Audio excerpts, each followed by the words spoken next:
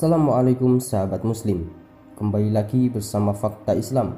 Semoga sahabat semua diberikan Allah subhanahu wa ta'ala hari yang baik dan penuh berkah. Sebelum mulai video, tekan tombol subscribe dulu bro. Pada suatu hari, Rasulullah SAW ditemui oleh malaikat Jibril. Rasul bertanya, "Ada apa wahai Jibril?" Jibril menjawab, "Wahai Muhammad, sesungguhnya hari ini Allah sedang mengobarkan nyala api neraka dan seluruh malaikat amat ketakutan. Mereka tidak tahu harus bagaimana. Untung aku ingat bahwa engkau adalah sumber cinta dan sayang Allah kepada alam semesta. Dengan alasan itu aku kesini bertabaruk dengan cinta Allah kepada dirimu." Rasulullah SAW terdiam beberapa saat, kemudian bertanya lagi, "Wahai Jibril, ceritakan padaku bagaimanakah neraka itu sesungguhnya?" Jibril menjawab, "Wahai Muhammad, neraka itu bagaikan lubang-lubang yang terdiri dari 7 tingkat. Jarak antara satu lubang dengan yang lain ialah perjalanan 70 tahun. Lubang yang paling bawah adalah yang paling panas." Nabi SAW meneruskan pertanyaannya, "Lalu siapakah penghuni lubang-lubang neraka itu wahai Jibril?" Jibril menjawab, "Lubang yang paling bawah diciptakan untuk orang-orang munafik. Lubang berikutnya untuk penyembah berhala, lalu untuk penyembah bintang dan matahari." Jibril terus menerangkan penghuni tingkatan neraka hingga lubang yang kelima, tempatnya untuk umat Yahudi, dan yang keenam dihuni oleh umat Nasrani. Setelah menjelaskan penghuni 6 tingkatan neraka, Jibril diam cukup lama. Rasulullah SAW penasaran dan bertanya kembali, "Wahai Jibril, siapakah penghuni neraka yang ketujuh?" Jibril terdiam saja tidak menjawab. Rasulullah mengulangi pertanyaannya, tapi Jibril tetap diam.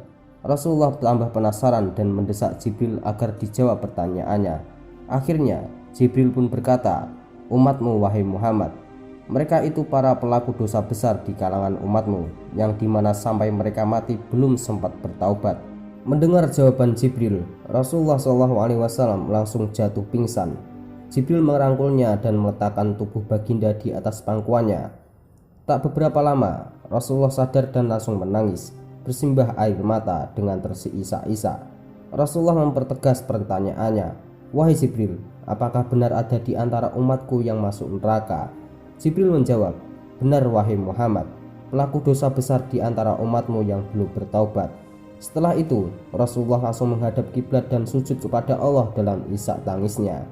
Sesekali dengan suara pelan beliau membisikkan kata-kata, "Ummati ya Rob, ummati, ummati, ummati." Beliau tidak mengangkat kepalanya dalam keadaan seperti itu selama 3 hari 3 malam, kecuali setiap Bilal bin Rabah mengumandangkan azan, barulah beliau bangkit untuk menjadi imam dan setelah itu kembali sujud lagi. Pada hari ketiga, Abu Bakar radhiyallahu anhu menyadari hal ini. Beliau mengetuk pintu Rasulullah dan mengucapkan salam 3 kali, namun tidak ada jawaban. Abu Bakar radhiyallahu anhu sedih dan berseru di hadapan pintu Nabi Muhammad, "Apakah ada jalan untuk masuk ke rumah Rasulullah?" Tetap tidak ada jawaban. Lalu beliau menangis dan melangkah pulang. Di jalan, beliau bertemu sahabat Umar radhiyallahu anhu. "Mengapa engkau menangis wahai Abu Bakar?" Abu Bakar menceritakan keadaan Rasulullah. Maka Umar pun melangkah menuju rumah Nabi SAW dan terjadilah hal yang sama. Umar pun pulang dan menangis. Di jalan, beliau bertemu Salman Al-Farisi. Dengan terisak-isak, Umar radhiyallahu anhu bercerita kepada Salman radhiyallahu anhu hingga membuat dia amat sedih. Namun dia tidak berani mengulangi hal yang sama. Salman melangkah menuju rumah Fatimah radhiyallahu anhu dan menceritakan hal itu.